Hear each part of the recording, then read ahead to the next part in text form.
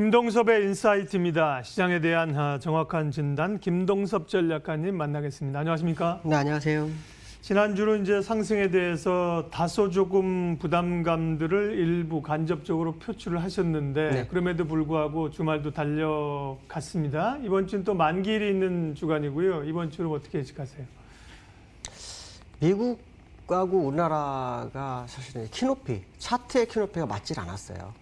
지수로 따지면은 우리나라가 많이 뒤처진 건 사실이지만 항상 시장에서 보시면은 그때 차트가 위치가 맞아 떨어져야 되는데 미국 같은 경우에는 지난주 금요일 날 고용 호재로 급등을 했죠. 근데 이 고용 호재가 참 재미난 상황이었습니다. 실업률이 4월에 14.7% 정도 됐기 때문에 5월에는 좀 더 낮아지면 이제 개선이 되겠죠. 근데 시장에서는 이제 머리를 써서 한 19% 정도 예상을 했어요. 그런데 막상 뚜껑을 여니까 13%대가 나온 겁니다. 그러니까 와 하고 환호를 했죠. 근데 주말에 통계 오류 얘기가 나옵니다. 그래서 3% 정도가 낮춰져서 발표가 됐다. 그러면 결국 4월 실업률보다 5월 실업률이 더 높아진 거고 시장 예상치보다는 낮은 상태. 물론 이게 미국에서 어떻게 해석을 할지는 좀 지켜봐야 되겠죠. 어쨌든 중요한 것은 뭐냐면 환호할 만큼 실업률이 높아진 건 절대 아니었다라는 거, 낮아진 건 아니었다라는 것이 오늘 밤에 시장에 적용이 되지 않겠나. 그래서 오늘 아침에 해외 선물을 봤는데요. 거래량이 엄청나게 터지는 거예요. 시간대비로. 이럴 때는 꼭 누군가 털고 나갈 때 나타나는 현상이 좀 있었다라는 거 볼 수 있는데 물론 뭐 끝까지 본장까지 가봐야 되겠지만 어쨌든 실업률 통계 오류가 미국 시장을 상승시키면서 우리나라하고 키높이를 맞춰줘 버리는 상황이 발생했다. 뭐 어쨌든 미국에서는 긍정적으로 시장을 보려고 노력하고 싶어도 악재가 또다시 시장에 나올 수 있죠. 지표 해제는 시장에 상당히 도움이 많이 됩니다. 아시겠지만 이 시장은 경제 재개의 포인트가 맞춰진다고 했잖아요. 봉쇄력을 지역 간 이동 봉쇄를 풀어주면서 해제하면서 당연히 실업률 괜찮아질 거라고 예상했을 겁니다. 근데 그렇지 못한 것이 시장의 모습으로 밝혀졌기 때문에 어쩌면 오늘 밤에 지난주 금요일 부분을 많이 반납하지 않을까 뭐 이런 생각부터 합니다. 그러나 아까 제가 말씀드린 것처럼 시장 예상치는 19%였기 때문에 이거를 또 어떻게 마사지를 또 시장에서 할지 좀 지켜봐야 되겠죠. 그러나 중요한 것은 뭐냐면 실업률은 유지되고 있는 것은 맞고 늘고 있는 것은 맞다라는 해석을 한번 해봐야 될 것 같고요. 앞서 제가 말씀드린 것처럼 미국 시장과 우리나라 시장이 기술적 차트의 키높이가 맞춰졌다라는 표현을 썼는데요. 그럼 이제 한번 차트를 한번 볼게요. 기술적으로 보시면 제 일목균형표상으로 목표치가 요만큼이 남아 있었어요. 남아 있었는데 미국이 지난주 금요일날 4% 장중할 때 4% 정도 뛰면서 윗골이 맞고 딱 떨어지는 상황이거든요. 이제 갭상승이 존재하는 상황이에요. 근데 이 차트를 보면은 일단 미국도 관망의 기조가 좀 들어가야 한다. 저는 우리나라 시장에도 마찬가지고 미국 시장에도 마찬가지고 조금 더 지켜보고 싶은 생각이 들어요. 아시겠지만 제가 여기서부터 다 매수라고 얘기를 했는데 여기 오니까 조금 부담이 없습니다. 왜냐하면 우상향이기 때문에요. 우하향이라면 100% 돌파가 되는데 우상향 일봉이라는 것은 목표치가 일부 되면 여기서 돌파하는 어떤 무슨 큰 재료가 나와야 돼요. 큰 재료가 안 나오면 보통은 이렇게 이격을 열어주는 경우가 굉장히 많았기 때문에 돌파되는 거 확인하고 매매 늦지 않을 것 같다. 어차피 여기서부터 사서 들어오신 분 입장에서는 부담될 거 없잖아요. 물론 여기서 들고 있다가 내려오신 분 입장에서는 굉장히 부담스러울 것 같아요. 좀만 더 올라가면 좋겠는데 라는 생각하겠지만 시장은 확인 매매가 좀 필요합니다. 확인 매매에서 실패하면 시장 대응은 굉장히 어렵죠. 그래서 이 상황 속에서는 저는 관망이 좀 유지할 거라고 말씀드리고 싶어요. 왜냐하면 저게 돌파가 됐을 때는 목표치가 굉장히 달라지거든요. 그 목표치가 진짜라면 상당한 기회가 오죠. 그렇기 때문에 사실은 돌파되고 난 다음에도 조금 보고 따라가도 늦지는 않을 것 같다는 생각을 합니다. 항상 제가 말씀드렸지만 확인사살 매매가 필요한 시점이 지금 현재다. 그러니까 지금 어떻게 보면 굉장히 시장에서 부담될 수 있어요. 부담될 수 있지만 이번 주가 만기주잖아요. 만기주는 포지션대로 가는데 이 포지션상으로는 지금 되게 좀 이상하게 지금 잡혀져 있어요. 그래서 그건 제가 좀 이따가 시장 상황 보면서 말씀드리도록 하고요. 그다음 두 번째로는 유가 얘기를 좀 할까 합니다. 유가가 지금 시장에서 굉장히 좀 부담스럽게 작용하고 있거든요. 아시겠지만 이 유가는 제가 예상했던 가격이 있어요. 그 가격에 거의 왔어요. 거의 온 상태라서 사실은 유가에 대한 생각을 굉장히 많이 하고 있어요. 근데 이 유가가 올라야만이 위험자산은 갈 거다라는 제가 시그널을 아마 드렸던 것 같습니다. 그래서 현재 거의 뭐 40불 근접까지 왔죠. 39불 55센트. 제가 원했던 가격은 맥스가 48불? 그 정도입니다. 그 이상은 뭐 더 가기를 원치 않습니다. 왜냐하면 또 그거 가게 되면 셰일가스가 시장 진입을 할 거고 셰일가스가 시장 진입하면 또 유가는 또 흔들릴 거고 또 시장은 또 하락할 거기 때문에 차라리 유가는 50불 안 넘어가는 선에서 그냥 버티는 게 최고다. 그래서 유가가 상승을 할 수 있는 공간에 있다라고 판단합니다. 그러나 기술적으로 보면 여러 가지가 있는데요. 일단 유가가 상승하게 된 것은 이 오펙 플러스, 아시겠지만 오페크하고 러시아하고 뭐 베네수엘라하고 여러 나라들, 이란, 이라크 다 포함해가지고요.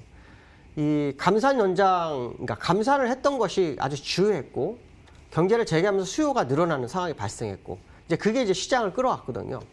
근데 감산 이슈가 이제 없어지니까 오페크에서는 지금 부담스러워진 거죠. 그래서 오펙에서는 7월까지 감산을 한 달 정도를 더 연장하는 그런 얘기가 좀 나오고 있다고 합니다. 이게 또 되면 유가는 또 한 번 오를 수 있겠죠.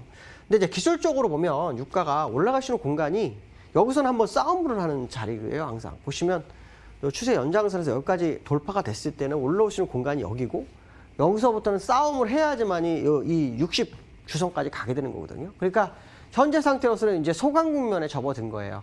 그러니까 연장은 감산 연장은 합의가 이루어지면 한 번 더 레벨업을 할 수, 업그레이드를 시킬 수 있겠지만 그렇지 못할 경우는 여기서 싸움을 굉장히 많이 합니다. 그러니까 일반적으로는 싸움을 좀 하면서 움직이는 경우가 많아요. 그렇다고 해서 뭐 급락으로 가는 그런 자리는 아니고요.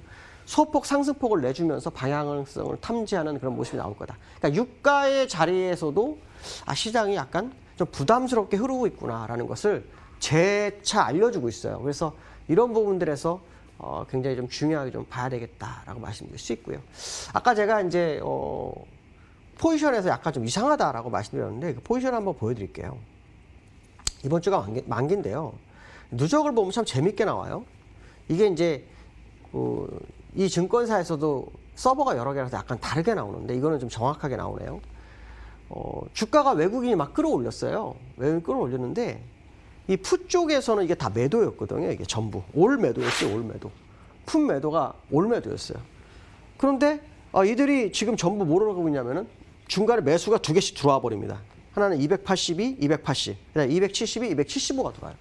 근데 재미난 게 뭐냐면 콜에서 275를 안 풀어요, 매도를. 이거 하나 손실을 보면 나머지 거 이익이 나도 아무 소용이 없고 무용지물이거든요. 근데 이걸 안 풀어요. 그래서 제가 이 포지션이 너무 좀 이상하다. 제가 이제 외국인 순매수 전환에 대한 얘기를 같이 하면서 그 얘기를 해드리고 싶은 건데요. 외국인이 매수를 했는데 지난주에 얼마냐면 코스피에서는 2,400억, 코스닥에서는 한 1,600억 매수를 했어요. 그래서 5주 만에 순수 매수가 들어와서 시장이 굉장히 환호할 수 있는 그런 모습인데 너무 신기한 게 뭐냐면 프로그램 매수가 안 들어옵니다. 그게 지금 이해가 안 되는 거거든요. 보통 현물 매수가 들어오기 전에 프로그램 매수 들어오거든요.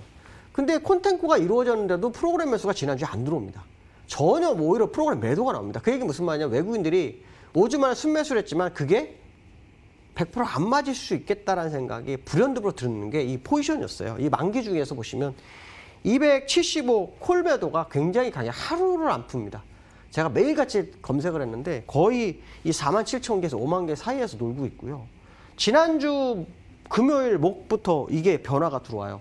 그래서 상승 목표치를 일단 채운 거고 외국인 매수가 시장에서는 눈속임이었나?